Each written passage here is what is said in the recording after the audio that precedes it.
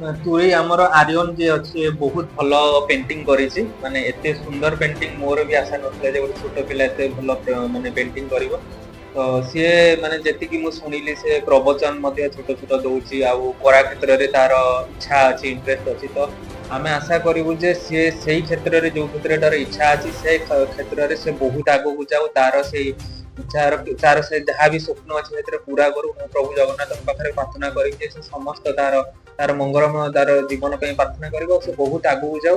ଆଉ ବ୍ଲକ ପ୍ରଶାସନ ତରଫରୁ ଆମର ଯାହା ବି ହେଇପାରିବ ହେଲ୍ପ ସହାୟତା ଆମେ ତାକୁ ନିଶ୍ଚିତ କରିବୁ, ତାକୁ ଆଗକୁ ଯିବା ପାଇଁ ଆମେ ସାହାଯ୍ୟ ନିଶ୍ଚିତ କରିବୁ।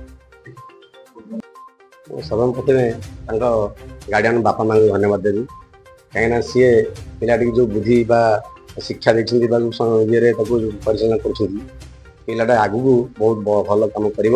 ମୁଁ ଜାଣିଛି ତାର କଳା ପ୍ରତି ତାର ବହୁତ ଆକୃଷ୍ଟ ଅଛି। 3ଟା ଜାଗାରେ ସେ ପୁରସ୍କୃତ ହେଇଛି।